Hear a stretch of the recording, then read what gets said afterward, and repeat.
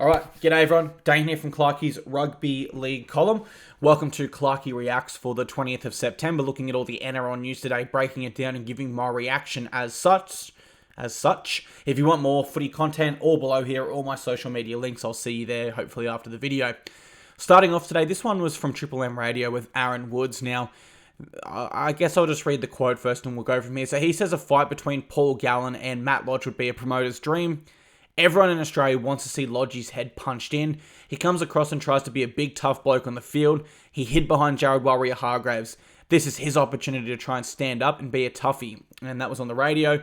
To follow on from that story, the Roosters prop today uploaded another series of Instagram posts where it appeared he was calling out Paul Gallen for a boxing fight.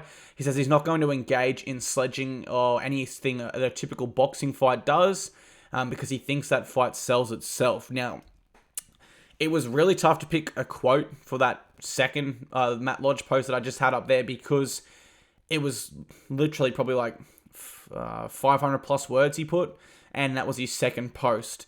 What he's asking for is $1 million in GoFundMe money because he wants to help out kids in his local area to not make the same mistakes he did. So he's asking people to donate to his GoFundMe.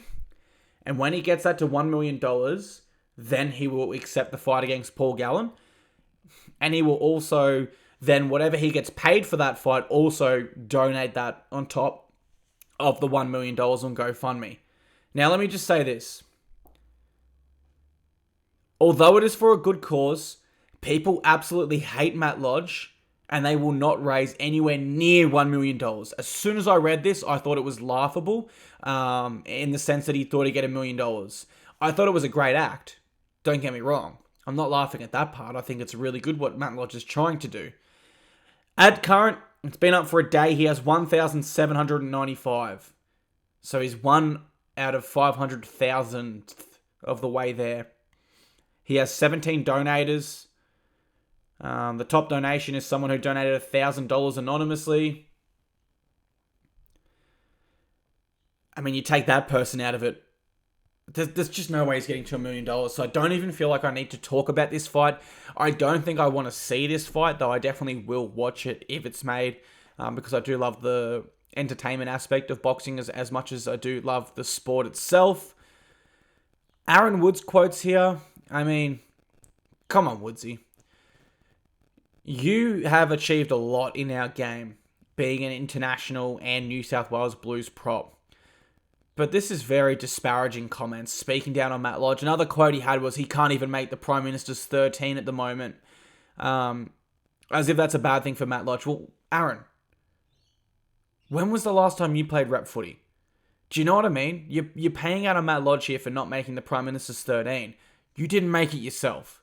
If it's such an easy squad to make, and with your 250 plus games NRL experience, you'd think you would have made it. But no, you have a radio gig instead, but that's well and good. I usually agree with a lot of what Aaron Woods says. I didn't really like these comments, saying that he hid behind Jared Warrior-Hargraves. I mean, if we're looking at end of season form, maybe even the whole season form for 2022, Matt Lodge was up here, Aaron Woods was down here. Aaron Woods is very disliked by Dragons fans. They are absolutely furious the club signed him to begin with. And every time I upload a post which links him to another club, it is full of those fans saying, please do not sign Aaron Woods. So for him to criticize someone else on a footy field and say he acts like he's a toughie, he hides behind other players, he can't even make rep sides, really, really don't understand those comments by Aaron Woods. Don't really have too much to say about this fight because, as I said, I don't see him getting anywhere near $1 million in donations, so it's simply not going to go ahead. I'll be shocked if that gets to 50,000. Shocked. It's a great idea by Matt Lodge, but thinking people want to watch him box that badly to donate $1 million, like, bro. Come on, bro. $1 million? Really? Really? Really? I don't even know where to begin. I mean, it's just, When I shaved my head for charity, I set a limit of $1,000. That was realistic with a following of 300,000 people. Matt Lodge, yes, he does have the profile of playing in the NRL, but he has 17,000 followers on social media and is generally very disliked. I mean, I set a limit of 1,000 because I wanted to be realistic and I wanted to actually be able to use the funds. Because Matt Lodge has said if the money doesn't get to $1 million, he's going to refund everyone. So I guess go ahead and donate to this, guys, because you're going to get a refund anyway. Really good idea by Matt Lodge. I wish he had set it lower at maybe like 50,000, 100,000, something maybe a bit more realistic. We're not going to see this fight. This is...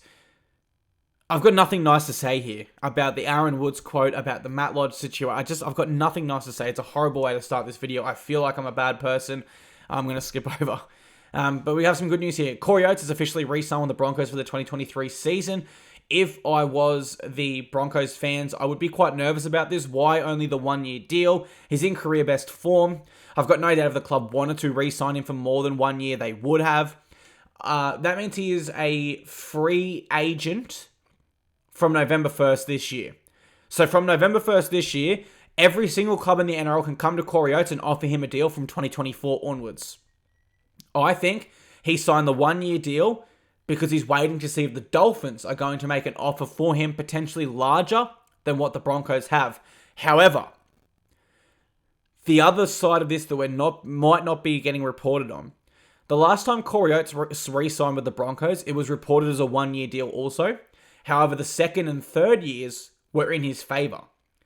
So whilst it was only re-signing for 1 year as it was reported, officially, what we've seen, he remained at the Broncos for those next 2 to 3 years. So potentially that has happened here. If not, without a doubt in my mind, this is Corey Oates wanting to assess his options and not link himself to the Broncos. Lock himself into the Broncos long term, particularly with the salary cap also set to increase next year to over $10 million, which means he could, realistically, clubs could have an extra $2 million.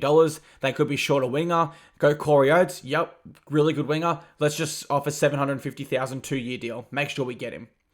So really, really smart work by Corey Oates here. If I was the Broncos, I would definitely be worried about this news.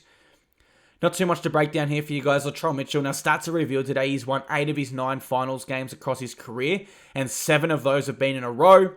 Only Cooper Cronk has ever won more consecutive finals games in the NRL era. However, whilst it's a great stat, it ends this round. The Penrith Panthers will defeat the South Sydney Rabbitohs, in my opinion. I think it'll be a very, very close game. I'm probably only going to tip Panthers 1-12. But I just can't see, unfortunately, the Trell streak continuing past this week. But I've been wrong before, and I'll be wrong again, probably a million more times. But I don't see his streak continuing past this round, unfortunately. Some injury news here for the Rabbitohs regarding Alex Johnston. He's been named on the wing to play this week through his hip flexor injury. He's revealed he's no certainty, but he is confident. He said, "I'll be touch and go, to be honest, but I feel pretty confident the way I've recovered yesterday. I think it'll be alright." If he's saying these things, I think he'll be okay as well. I think the reason he come out and said it'll be touch and go was he just didn't want to give any false confidence, potentially, or be like 100% I'll be there. You know what I mean? He wanted to be realistic. There's a chance I won't be there, so it's touch and go. But the fact that he finishes his quote by saying, "I think I'll be right," I think we'll definitely be seeing Alex Johnston play in the preliminary final against Penrith. But I don't think we'll see him get big meters. I think he'll be a little bit cautious, a little bit more inactive, especially with his early starts to sets. I'll make a prediction. He will play, but we'll see Alex Johnston under 100 meters this round. Really interesting one here from the Mole, Wide World of Sports, guys. Mitchell Moses. Incoming Tigers coach Benji Marshall has reportedly identified Mitchell Moses as the man he wants to sign. He views him as the fix to their halfback problem at the club currently. The problem, a lot of the staff, and by staff, I'm not sure if it's referring to executives or more like Tim Sheen's like directors of football and all those sort of staff, but no one else at the Tigers, it says, is keen on this idea. The benefit for the Tigers here is Mitchell Moses will not re-sign with the Eels. He's focused on the final series. Therefore, he becomes a free agent from November 1st. So even if the Eels are eliminated this weekend, that gives him 2 weeks to secure his future and make sure no clubs can talk to him. I think we will see him momentarily enter the free market, which means the Tigers are more than within their rights to offer him a contract, which they may very well do. If Benji Marshall can get this rubber stamped, personally, I wouldn't be doing this if I was the Tigers. I would be letting Luke Brooks go. I'd be re-signing Adam Dewey and Jackson Hastings. That would be my halves combo moving forward. But if you did sign Mitchell Moses, of course, there is the option to play Jackson Hastings at lock as well. So a few different options there for the Tigers. I just don't think we'll see Mitchell Moses return to the club. He didn't leave on the best terms. I can't see this one happening. More news via the Mole. The Dragons are reportedly interested in signing Zane Musgrove, and are set to approach the Tigers to discuss a potential release because he is contracted for the next 2 years. I think we will see Zane Musgrove head to the Dragons. He signed with the Tigers because he liked Michael Maguire. He played with Michael Maguire in the Rabbitohs back in the day. And therefore, with Michael Maguire gone from the club, with the Tigers running dead last, I don't think there's any great incentive for Zane Musgrove to remain at this club for the next 2 years. If I'm the Tigers, he's a good player, but he's probably not a player you bend over the... you move the earth around to try to keep right. He's a player that if he asks for a release, you probably go, would have liked to kept him for an interchange forward or a bit of depth, but if you really want to go, he won't stand in your way. I think they would just negotiate something where we're not going to pay a cent of your contract. You go to the Dragons and they cover 100% of it. And I think that's something reasonable that the Dragons are in a position to do, given they have lost key forwards from their roster, such as a Josh Maguire, which, I mean, just putting his salary straight away into Zane Musgrove's. You're getting a better, younger player, which makes sense to me. I think we'll see Zane Musgrove lining up in Dragons colours before next season kicks off. Really unfortunate news here for the Bunnies. Saliva Havili has succumbed to his calf injury and has unfortunately been ruled out of the preliminary final. From what I've seen, and I haven't had a proper look yet, Jed Cartwright looked to have come into their interchange. A very, very good player. Can play centre, can play back row, can play a little bit of lock in the middle if you need. And his defence was good in the games that he did play earlier this year. No doubt the Rabbitohs will lose a lot in attack without Saliva Havili's spark and energy from the interchange. But perhaps Jed Cartwright can add the same. Instead of in the middle, maybe a little bit wider, because he is typically a centre-back rower. My concern would be if they're not winning the middle, which is extremely reasonable to say against the Panthers, then Jed Cartwright wouldn't be able to be as effective, and therefore you'd much rather have Saliva Havili in your squad. But given you can't help an injury, it's the next best thing seeing Jed Cartwright come into this squad. Now, this one, guys, please, someone help me out here. I know this is my video and you guys are here to see my thoughts, but I'm baffled.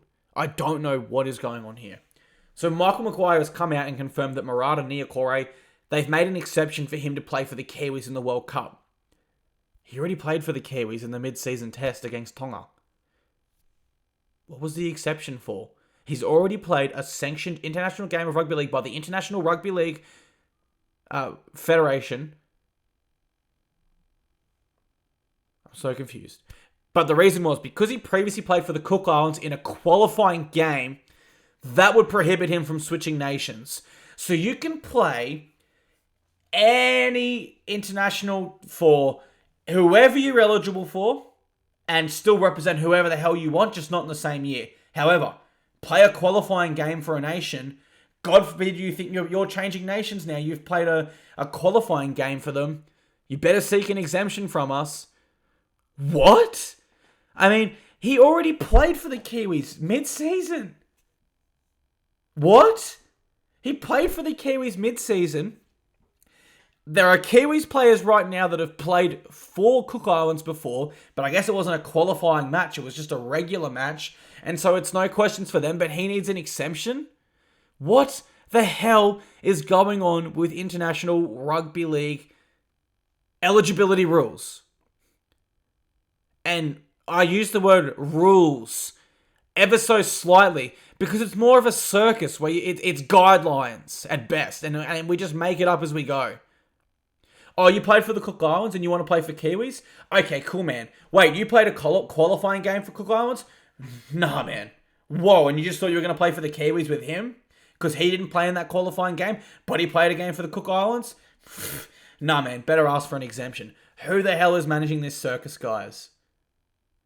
I don't know what's going on. I don't know how we fix this international eligibility mess. As I say, they are not rules, they are guidelines, they are twisted, they are bent, they are up for interpretation, and they make zero sense.